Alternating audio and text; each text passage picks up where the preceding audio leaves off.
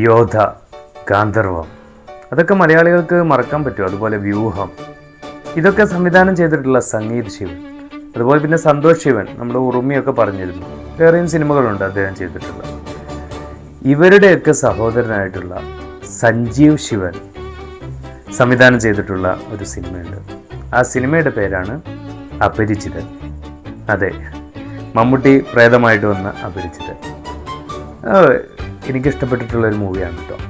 അപ്പോൾ അതിലെന്തെന്ന് വെച്ചാൽ horror elements, അതിൽ ശബ്ദങ്ങളും പേടിപ്പെടുത്തുന്ന കുറേ രംഗങ്ങളും ഒക്കെ ഉണ്ടെങ്കിൽ പോലും നല്ലൊരു കഥ, അതുപോലെ തന്നെ മമ്മൂക്കയുടെ വലിയ കുഴപ്പമില്ലാത്തൊരു അഭിനയമൊക്കെ നമുക്കതിൽ കാണാൻ കഴിയും. പിന്നെ അതിൽ വന്നിട്ടുള്ള എല്ലാ താരങ്ങളും അവരുടേതായിട്ടുള്ള രീതിയിൽ മികച്ച അഭിനയം കാഴ്ചവെച്ചിട്ടുണ്ട്.